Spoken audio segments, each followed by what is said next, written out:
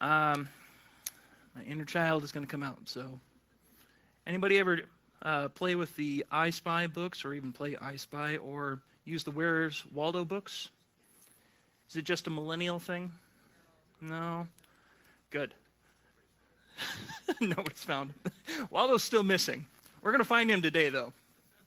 But what I found really interesting about these books is no matter how many times I would go to the library as a kid, it would always be checked out. I could never get them. Anytime I went to a scholastic school fair, there was always a kid reading them, including myself. And I always found it really interesting to find the missing picture, the puzzles that I would love to find and figure out the puzzles, and I would especially like to find Waldo. Almost never found him. But we'll do an easy one. Anybody find him? This one's a little bit easier, just because it's zoomed up. Right here, smack dab. And, you know, it's nice when it's zoomed up and you can find them really quick, right? How about now? Anybody find him? I'll show you where he is in a minute. I actually looked for a little bit. But what's really interesting about these Where's Waldo books, like they're fun as a kid because you can explore and you can see like all the goofy things that are happening. This is like a big food fight inside of this picture. And the more you look at it, the sillier it gets, right? It really feels a lot like life. Life feels really silly a lot of the time, doesn't it? I mean, we watched the presidential debates pretty recently, didn't we? Yeah. I was very concerned about the golf swings, right? But here's the thing. Life is incredibly silly, but it is incredibly difficult as well. When you try to start finding purpose, when you start trying to find happiness, it kind of turns into something like a Where's Waldo book. You can't find it because more and more stuff happens, and the more you look at the picture, the more convoluted it gets. It becomes too big. It becomes too much. And you no longer have that childlike wonder where you're able to enjoy all the silliness of life. You're no longer able to enjoy just simple happiness because you're focused on all of the fixations inside of life around you. You become worried about work. You become worried about school. You become worried about life and just everything that it throws at you. And you can't find it. You can't find that purpose. You can't find that happiness. You look for temporary fixes. Life gets really difficult. You become all kinds of burdened with pressure, and you are no longer captured by wonder.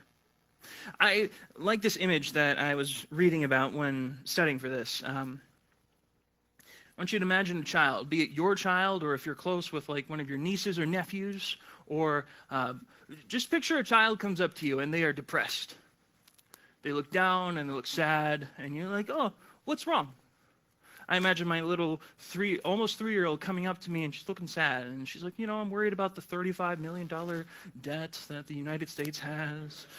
I'm worried about climate catastrophe. And, I don't know about these presidential debates. And I don't know who's going to be our president. I don't know about sicknesses or, if the job market will be good tomorrow. Like, what would you say to that kid? Just be a kid.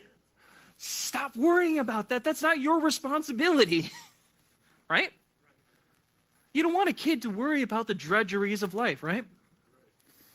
Here's the challenge, though. That's an invitation to you, too. If you call God your Father, if you have accepted Jesus into your life, you are God's child.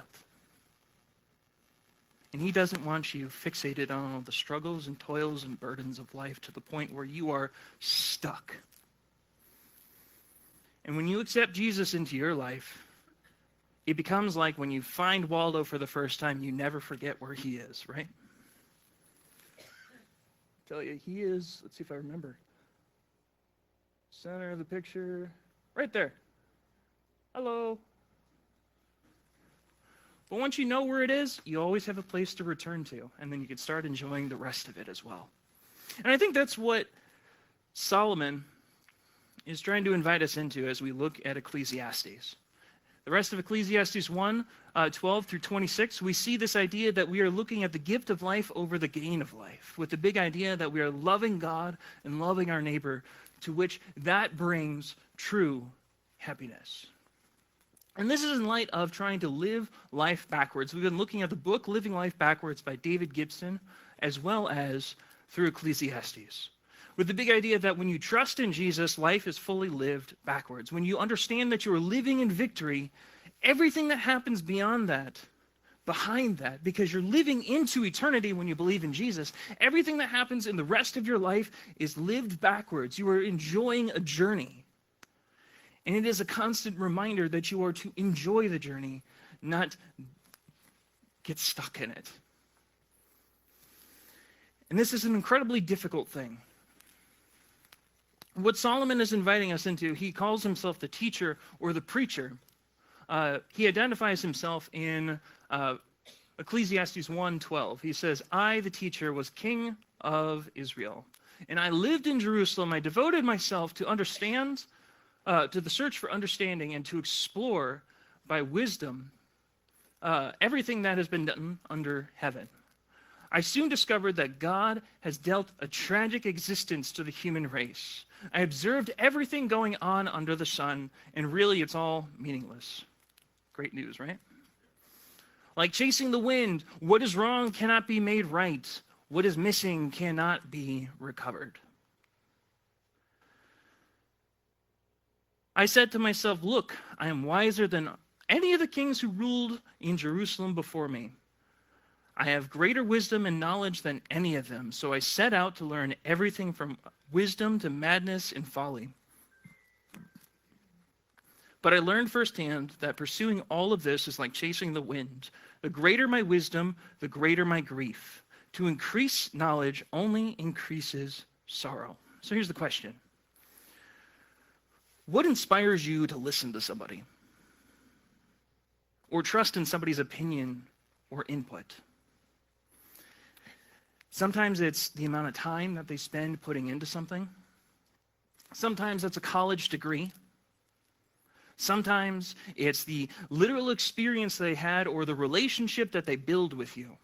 Sometimes it's other people talking about them, and the amount of people talking about them gives them even more credibility. Sometimes it's the notoriety, but whatever it is, we all start to trust someone. We all look to someone. We all look to the news or coaches or teachers or preachers and pastors. We all look to luminaries and leaders. We look to people to inspire us and change us and motivate us and lead us. Here's the beautiful thing about Solomon. Solomon, when he was starting out his kingship, he was asked by God he was asked, anything you want. What would you want if you were to ask? It was almost like a genie kind of like thing. It wasn't quite like that, but it was like, you get one wish. What would it be? And Solomon had time to think about it, and he asked for wisdom. And it's a curious thing because you can ask for riches, you can ask for power, but he asked for wisdom and how to rule the nation well. And beyond that, Solomon was given so much more. Wisdom, he was given knowledge, he was given power, he was given so much. But it started with wisdom, and it was wisdom given specifically by God. And the credibility that Solomon has comes specifically from God.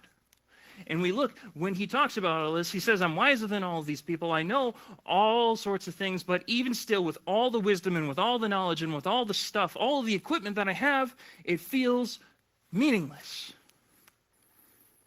It feels like it's just too much. I've explored all these sorts of things. I've explored all sorts of avenues. And still, the more that I know, the greater the danger I have, the greater the sorrow that I have. I remember in seminary, one of the first things I heard from a professor was, if you are not careful, seminary becomes cemetery. Your faith and your will to keep going, your call may die if you get stuck in yourself and you do not keep your eyes fixed on the right prize. If you get puffed up with knowledge, the more that you know, you become dangerous. So Solomon, I'll explain the picture in a minute. Solomon says, we're going to do this thought experiment. I'm going to actually share my real life experience with you. He says, I said to myself, come on, let's try pleasure. Let's look for good things in life. But I found that this too was meaningless. So I said, laughter is silly.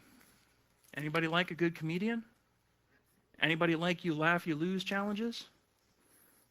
I see those online. They'll put a bunch of videos on, and you just go as long as you can until you laugh.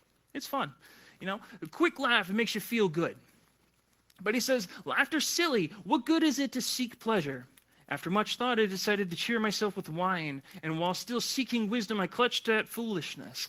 In this way, I tried to experience the only happiness most people find during their brief life on earth. In these two thought experiments, or in these two experiences that Solomon has, he was looking for something to take the edge off, to distract him long enough so that he wouldn't feel any pain anymore. What do we do today? Smartphone is the biggest example. You doom scroll, just endlessly searching for more videos, something to entertain you just a little bit longer, right? No? I can't be the only one. No. Good. It's something I have to guard against, but here's the thing. We're all trying to find something to take the edge off. It becomes a gospel of selfishness. This quote up here comes from the radio show / book / movie, Hitchhiker's Guide to the Galaxy. Anybody ever watch, listen, read, see it? Great, got some fans. I didn't think it was that niche of a thing, but here's the thing. It's a really interesting story because what happens is the main character ends up going on this vast journey, and he loses his home, and eventually he gets to this planet where they find this supercomputer called Deep Thought, and this computer spends millions and millions of years processing the answer of he processes the question of what the meaning to life, to the universe, and everything is. And after millions and millions of years in this story, the answer was 42. Sounds like a great answer, right? If you were told the answer to life is 42, what would you say? That's silly. Doesn't make sense. And the more you dig into it, the author explains, being a computer guru of sorts, he says programming-wise, 42 is supposed to be the input for an asterisk. The characters in the book don't get this, but the author explains an asterisk is supposed to symbolize it means whatever you want it to be. So the answer that the computer gives is life means whatever you want it to be. And this is the very question that we struggle with, as well as what Solomon goes through. He starts with just experiencing what takes the edge off. Then he goes into what he has accumulated in his life.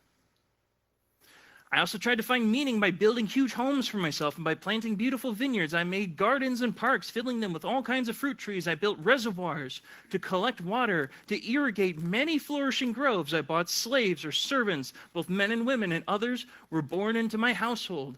I also owned large herds and flocks, more than any of the kings who had lived in Jerusalem before me. I collected great sums of silver and gold, the treasure of many kings and provinces. I hired wonderful singers, both men and women. I had many beautiful concubines. I had everything a man could desire. And this man, just to give you even a bigger picture, he had 700 wives and 300 concubines. That's too much. Too much. But this man literally had everything. Beautiful home. All the wives, I guess. He had all the fame. He had the knowledge to be able to build all sorts of inventions that revolutionized his day and age. He had everything that he could possibly imagine to be great. And he stresses, so I became greater than all who had lived in Jerusalem before me. And my wisdom never failed me. He said, even in all this, even though I indulged in all sorts of things, I never lost control of myself. Even though I had all this stuff, I still kept my wisdom. Anything I wanted, I would take. I denied myself no pleasure. I even found great pleasure in hard work, a reward for all my labors. He justifies everything that he's gained by saying, I worked really, really, really hard, so I deserve this. But as I looked at everything I had worked so hard to accomplish, it was all so meaningless, like chasing the wind. There was nothing really worthwhile anywhere. Because at the end of the day, at the end of life, he was able to stand because it's believed at the end of his life, this is when Ecclesiastes is written.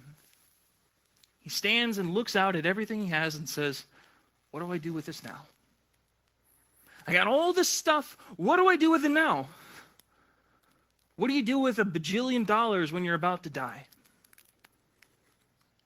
You would think. This is the great human pursuit that we have, happiness. We're all trying to be happy. We're all trying to find something to keep ourselves going a little bit longer. Blaise Pascal, an early Catholic theologian, would say, all men seek happiness. This is without exception. Whatever different means they use, they all tend to this end. The cause for some going to war and others avoiding it is the same desire in both, to be happy. This is the motive of every action, of every man, even of those who hang themselves. And that sounds morbid at the end, but here's the thing. Every single decision that you make is trying to avoid sadness and depression and anger and fear and worry and all sorts of stuff that binds you and hurts you. You want to take the edge off. We're all trying to be happy. It's in our Constitution. We're about to celebrate it in a couple days. We're trying to protect the life, the liberty, and the pursuit of happiness. This was an ad that was displayed from 1941 to 1945 during a huge crisis in World War II, declaring that 166 years later, after this was first announced, we are of one mind. Hitler, Mussolini, and Hirohito shall never take from us the freedom from which our forefathers sacrificed their lives and fortunes. As a nation, as a people, as a whole human race, we're all trying to find happiness. But you have to find the right source. Solomon builds this example a little bit further. The picture that I'm using here, I'm going to show kind of an evolution of what happens. This was a picture of one of the first megachurches inside of the States, in Ohio. It is called the Akron Baptist Temple. It stood in 1934, and this very year it is to be demolished. Here's the evolution of it. It was worth about $2 million in its get-go in today's money, and later on worth $23 million after it built into 7 different buildings, ranging out to about 350,000 square feet worth of space. They brought in so many different people, and they started one of the first media ministries during its time. They were vast and huge. They went through 3 generations of pastors within a family until it was no longer sustainable. And towards the end, when nobody wanted to take care of it, it was sold twice and then vandalized heavily for 5 years.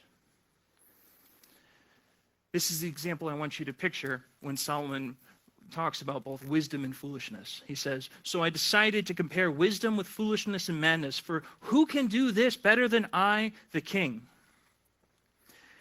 I thought, wisdom is better than foolishness, just as light is better than darkness. For the wise can see where they are going, but fools walk in the dark. Yet I saw that the wise and the foolish share the same fate. Both will die. So I said to myself, since I will end up the same as the fool, what's the value of all my wisdom? This is all meaningless, for the wise and the foolish both die, and the wise will not be remembered any longer than the fool. In the days to come, both will be forgotten. There's a fire that wrecked the first building, and then the second building was built. They lost one of their major leaders to a sudden heart attack, and then multiple leaders came past that point. That's what this next picture is. So I came to hate life because everything done under the sun is so troubling. Everything is meaningless, like chasing the wind. I came to hate all my hard work here on earth, for I must leave it to others, everything I have earned. And who can tell whether my successors will be wise or foolish? Yet they will control everything I have gained by my skill and hard work under the sun. How meaningless. So I gave up in despair, questioning the value of all my hard work in this world. This is the final result, probably days before its eradication as a building. Some people work wisely with knowledge and skill, then must leave the fruit of their efforts to someone who hasn't worked for it. This too is meaningless, a great tragedy. So what do people get in life for all their hard work and anxiety? Their days of labor are filled with pain and grief. Even at night, their minds cannot rest. It is all meaningless. When we look at the evolution of this building, when we look at the idea of success, this is success in the world of churches where it's like you have this vast building, you have this vast ministry, you have all of this success. And over the years, as it passes from one generation to the next, it starts to go away because the vision is no longer the same. You don't have the same people on board, and things start to fall apart. It's the same thing in our lives. We build all this success for ourselves. When you go from one generation to the next, it's not expected it's going to be the same. You're not guaranteed to be like your mother or your father. Life throws so much at us. And it can really feel tremendously overwhelming when you start to think about the immensity of it, when you start to think about the impending doom of death, as well as the impending element that there's so much around you that it's just too much to handle. So Solomon's advice to us is this. So I decided there's nothing better than to enjoy food and drink and to find satisfaction in work. And if it stopped there, that would be the nihilistic creed of saying, it just is what it is. Just do something to make yourself feel better. But the key to this entire passage is this. He says, then I realized that these pleasures are from the hand of God. The pleasures of eating and drinking, the pleasures of life, the things that matter the most, that fill you with happiness and joy, are from God. They're not just from yourself. They're not just all the gain that you get. It's not just all, when we looked at Solomon's example, it's not just all the pretty things that he made, the things that filled him with joy in the moment. Like if it's just about that, it's meaningless. But if you acknowledge that these things are gifts from God, if they are from the hand of God, it changes everything. For who can eat and enjoy anything apart from him? God gives wisdom and knowledge and joy to those who please him. But if a sinner becomes wealthy, God takes the wealth away and gives it to those who please him. This too is meaningless, like chasing the wind. This is the first little bit of hope that is addressed inside of Ecclesiastes, trying to stress that life is more about the gift of God rather than gaining endlessly until you achieve this ethereal point of happiness. I used to be terrified of this passage. Jesus gives this parable inside of Matthew 7:13 through 14. He says, enter through the narrow gate, for wide is the gate and broad is the road that leads to destruction, and many enter through it. But small is the gate and narrow the road that leads to life, and only a few find it. It feels like it's very limiting, like it's saying, oh, well, it's only a select few and you're stuck, and, what if I'm not the one? As a kid, I started to wonder, is that really what this is about?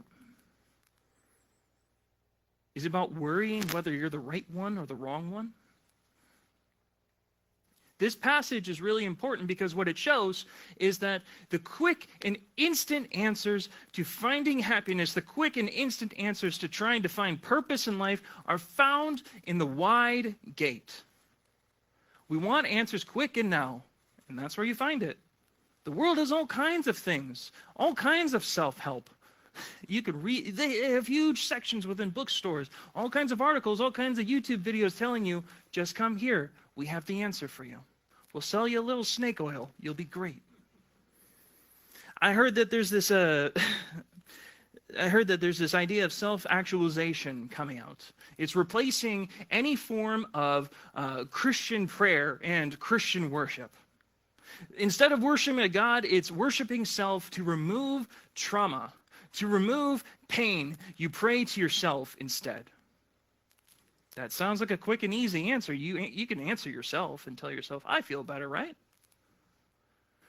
I heard of these programs where people would go overseas just to pay tons of money to get sticks in the middle of woods and start smashing it and screaming. It's called rage rituals. Something to heal themselves just for a moment, to take the edge off, to take the pain away. That's a quick and easy answer because it's not sustaining. You got to go back to real life pretty soon, right? The narrow gate is saying, I can't do it.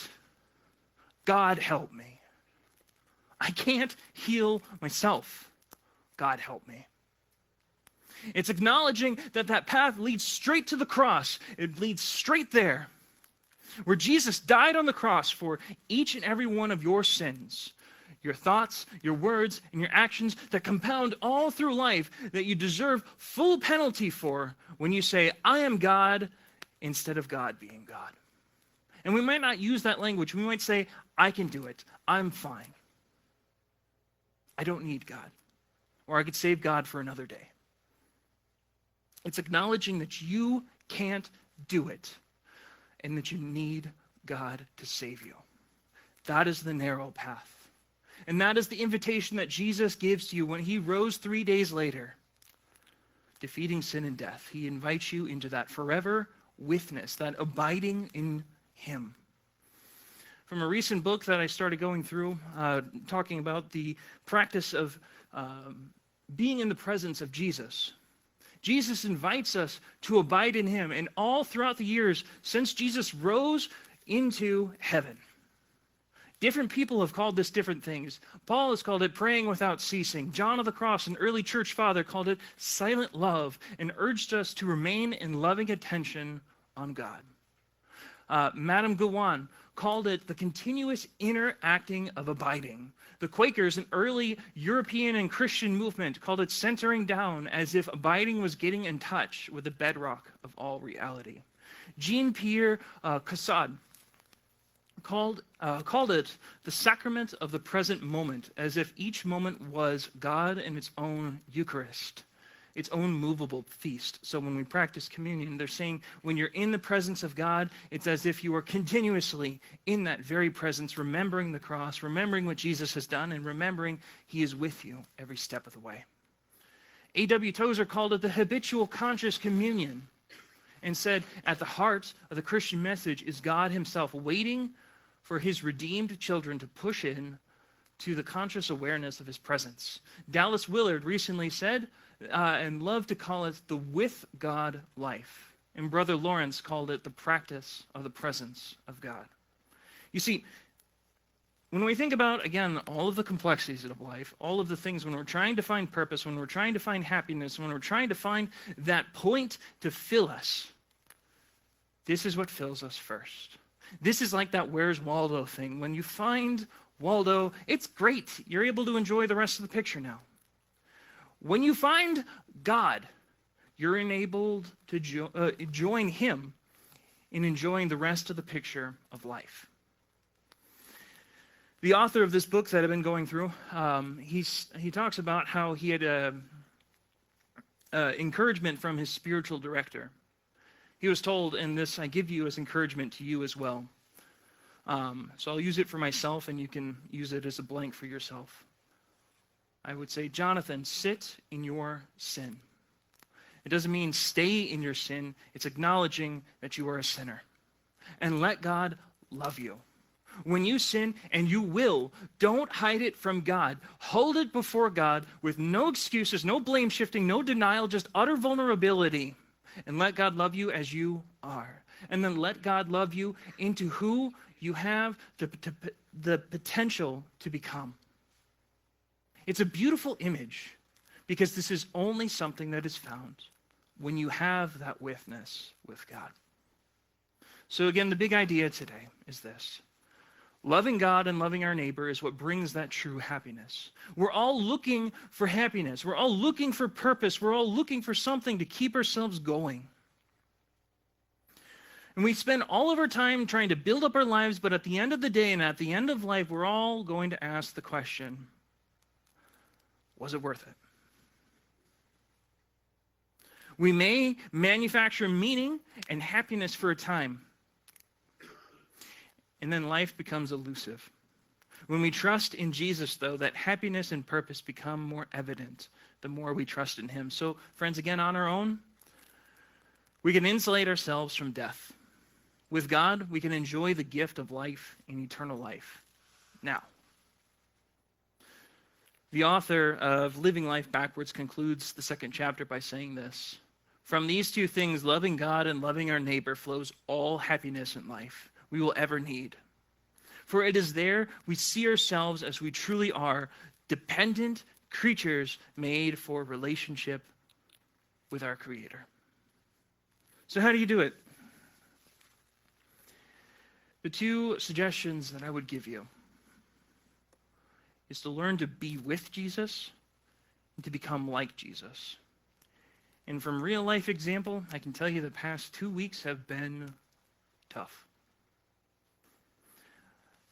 My health issues, and then my wife going into 2 surgeries back to back, along with a 1-year-old teething and screaming on almost a day and night basis.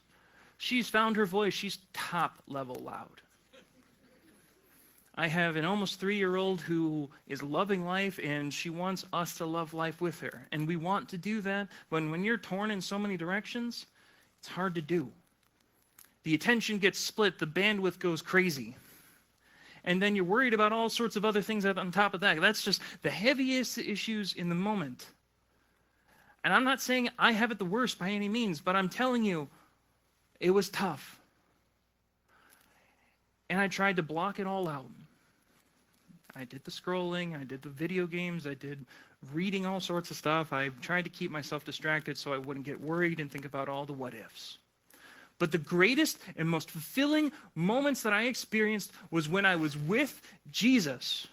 And I acknowledged and set aside the time where I could have been scrolling and just dwelled a little bit in prayer.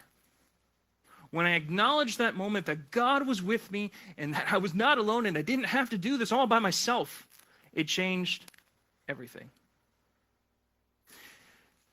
Then when you continue to grow that spiritual muscle, when you spend more time with Jesus, it becomes a more beautiful picture, friends. You start to remember more of Scripture. You start to remember more hope. You start to enjoy more peace. You enjoy God's love, His grace, and His mercy, even in the toughest times.